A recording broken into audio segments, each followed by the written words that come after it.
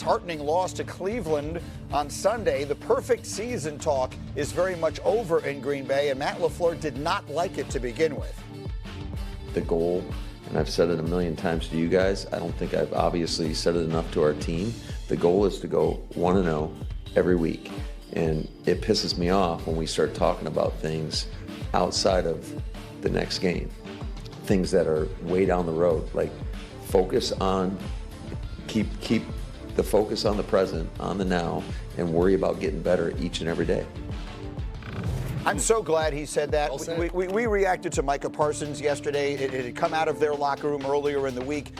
It feels like a team that kind of read their press clippings a little bit 2 weeks into the season. 100%. And you'd played two. I mean, what are we talking about? It's just silliness, right? It's way too. I mean, you're not gonna get here and get on Micah Parsons and not point out that the nonsense started with the O-line. That's where the nonsense started. That is true. The nonsense started with the big boys up front. But no one would have heard it. They wouldn't have heard it if Micah didn't repeat it, because O-linemen don't listen to. So we can say things that people should overlook. When Micah said it, it goes front page news. Not only that they talked about it, they also got destroyed. Like, this game they had no chance because Jordan Love had no time to throw.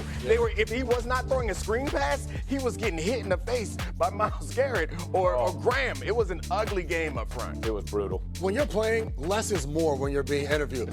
When you retire, you can come on a set and say whatever you want, talk for as long as you want. That's right. But with this, simply said, all of our goals are in front of us. We're just going to continue to work. No one needs to hear about a Super Bowl or an undefeated season. Personally, as a reporter, I love it when guys say crazy crap like that. But I can understand why Matt LaFleur doesn't. But what a perfect week to get your message home. Hey, we just lost to the Browns, guys. Right. We just lost to the Browns after a week and a half off. So if you thought you were cool before this, think again. We got a lot more work. I love LaFleur because of what they dominated the Detroit Lions, right? Week one. Mm-hmm. He understands the ebb and flows of the NFL season. Not every week you're going to be firing on all cylinders. So to talk about that kind of stuff, he's exactly right. It's not just a cliche, it is distraction. He's an excellent coach, and they go play Dallas this week. So Micah Parsons back in Dallas Sunday night.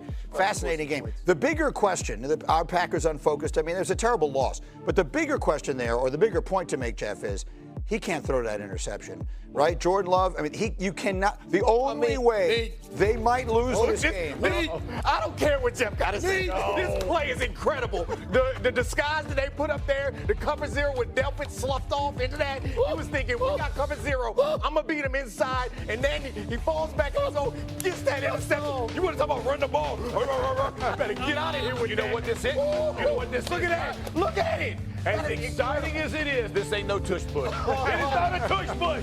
It is not. This is no. To be clear, for those of you who don't understand why we're so excited about this, Dominique loves in our meetings to talk about the coverage, and he uses language that like no one in the world understands. I think there are times I look over at What's that coverage called? I don't know. Is that the one robber?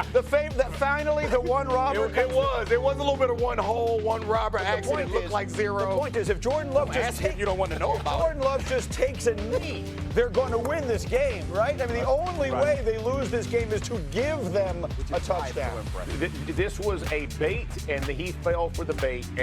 But the problem is, his body was so banged up from all the hits that he had received that he just forgot everything. Because your body can only take so much punishment before you do dumb stuff. That's what he did. He should have got hit again. Hold on to the ball. He's like, hold on. I don't want to hold on anymore. But to your point, though, like, that's the hard thing about that position. Like, for Jordan Love, you want to make a play that's going to impact the game, and you've gone the entire game barely doing anything on offense, and here it is late in the game. Don't oversimplify it, Greeny. He thinks that it's cover zero, and he believes if his receiver wins inside, we got a long touchdown. So is that less on Jordan Love, more on the defense? Yeah, that's what I think. We need to be celebrating the defense. Stop. We need to talk about Grant Delpit. Yeah, Grant. Get him, Grant. Look, where he's throwing that ball, it's not about to be a touchdown. Triple coverage. There's three guys there. You don't see what's happening. I'm trying to explain to you. You don't want to learn. It's okay. If you don't want to learn, don't learn. But don't stop the rest of America from understanding how special this play is. This is why Mahogany and Tate Ratledge are so much more fun to watch. Okay, because we can see it. This has turned into like a family dispute here. You can both be right. Let me get down the DBs on set. Let me get to one more sound off here, and this is about the Super Super Bowl champion Eagles, they continue to roll. They storm from way behind to beat the Rams on Sunday with the blocked field goal to win. They continue to win any which way. And Shefty, sitting here yesterday, compared Hurts and Philly to very elite company. When you watch them, you feel like you're watching Tom Brady with the Patriots in his prime, Patrick Mahomes with the Chiefs in his prime. You feel like they're going to find a way, whatever it is, somehow, some way, to win the game. And the point he's making is we're all sitting in the room watching that, and Shefty literally said they're going to block this kick. And they're going to block the kick at the end of the game because that's just what they do. It's what the Chiefs did. It's what the Patriots do. Are the Eagles now, do they have that air of inevitability that these great teams have? Absolutely. I mean, 19-1 and their last. How could you not see it that way? And again, you're comparing him to some all-time. The Tom Brady, I get because of the Super Bowls, but they've been to 2 and won in the last 3 years. They're pretty good, y'all, and they find ways to win in a number of different fashions. You have to respect the heck out of it. Again, they've lost coordinators 2 out of the last 3 years. They continue to reload, similar to what the Detroit Lions do. They find ways to win. You got to respect that. I don't want to watch that. The most successful thing, and it's not, I mean it as a compliment, it feels like a high school offense where they're like, our guys are better than your guys. We're not going to get cute. We're going to run it at you, throw it to our big-time receiver. When they go to A.J. Brown, you are reminded, and Randy Moss says this to us every Sunday, like A.J. Brown is right there with the best receivers in the entire NFL, and you never think of him that way because they never throw him the ball. It's just not the way their offense and their team is built. But what we saw in that second half was they said, you know what? We're just going to put A.J. Brown over there by himself.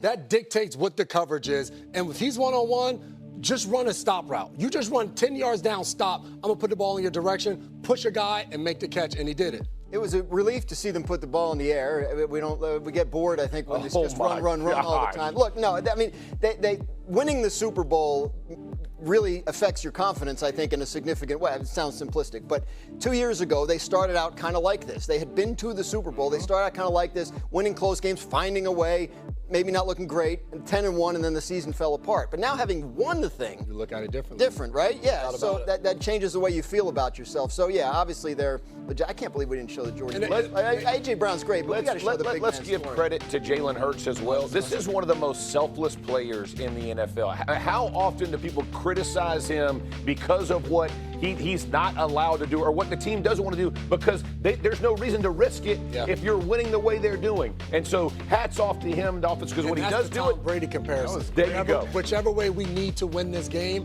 we win it. If it's defense, if it's running the ball, whatever way we need to, it doesn't matter my stats. I'm so glad Jalen Hurts told Jordan to block both of those field goals. That was block it. Good job. Jordan was inspired by they have a lot of great players in a lot of great places, and they find ways to win every single game. All right, rolling on we are here.